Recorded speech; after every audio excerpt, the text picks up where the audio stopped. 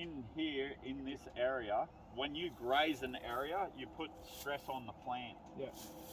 The plant throws what you call energy. It's not stress, it's sort of like protection. So one plant protects the other. You got lay lowing areas that have been grazed and high areas. So here is more stressed. When the frost comes in, it can lay low, whereas over here it was probably more protected and more level, so you don't have that frosting ability in the area across in the other field. In this area with the frost, it would be already stressed because the plant's been consumed. So the plant's like, been consumed, I'm going to drive my energy down into the ground to kill off a root system to produce a new leaf. So it dies off, the root dies off, and the energy goes into the plant to produce a new leaf, so then it can photosynthesize. So the plant's going through a transition, and then the frost hits. So it's going through stress again. So in this situation, if you were to have, say, beneficial fungi there in this area, you'll probably find that it wouldn't have frosted so bad, or you might find that it wouldn't have frosted at all. Or if you put your seaweed liquids out, you probably would have found that this wouldn't have frosted, or frosted a little bit. How much seaweed, how much frost, how much degrees, -6 degrees or down to 6 degrees, depends on the stress levels. So when you've got high stress, you need high nutrients, and you need high nutrients, you need high microbiome in your soil to protect those plants, so the plants don't go through the stress. They can go, I need this, and it throws an exodite down through the plant. So the exodite's up in here, it's a sugar. The plant goes up, it's getting cold. It sends the exodite down through the plant, down into the root system, and then from the root system, it gets stopped. Why? Because you don't have your fungi connected to the root systems, growing out and then transferring the exodite through the fungi hyphae. So the exodite comes down and it stops at the root of the plant and goes, I got no more nutrients here.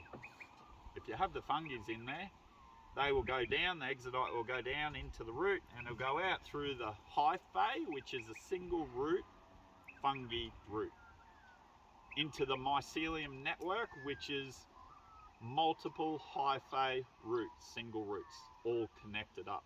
And they grow out and they get the nutrients and they bring it back. That's why the plant wouldn't be in so much stress if the fungi was in there.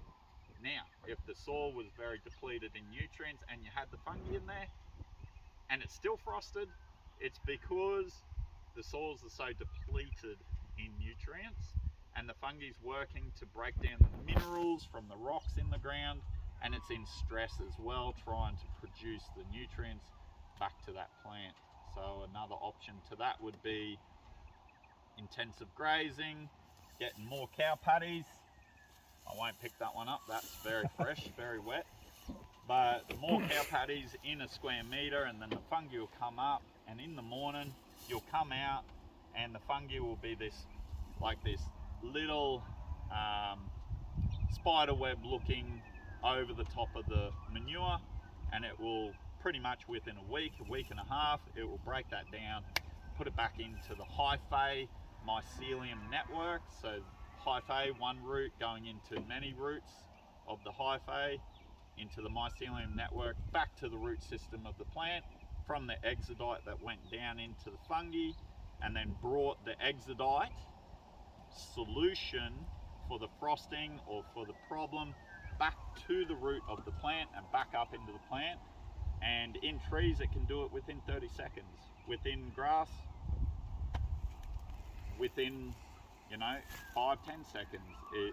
In trees it can be up to 90 seconds depending on the size of the tree. So it's very quick, from the leaf down into the ground and then back up into the plant. So it's happening very quick, very sparse. The more stress on the plant, the slower it can produce its nutrients. Stress, frosting comes in, issues. So I'm not saying it's an issue to fertilise, just be aware that it can create acidity.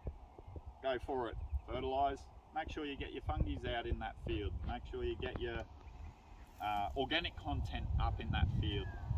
Stocking better in that field. Don't graze out any more than 50% in that field, and that's minimum. So in this field, if I was to graze this out and it looked like this, I'd graze 5% and I'll move the herd straight away, because it's getting very low to the ground. You dig down, oh, there's plenty of coverage on the soil. In the middle of the day, which is about now, you feel the ground, it's nice and cool to the touch.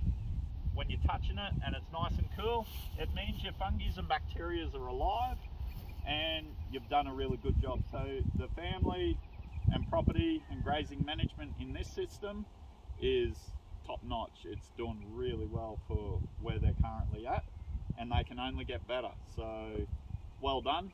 So that's really, really good to see. All I could suggest here, being the high side of the land, more manure paddies per square metre in this area. But once again, that comes back to understanding the lay of the land, understanding your principles. You got a manure there, there's 2 or 3 kilos, manure here, 2 or 3 kilos, manure here, 2 or 3 kilos. I would have liked to see that cover this whole entire area like that, because whatever's on top of your hill feeds your ecosystem below it. So what I don't see is the fungi.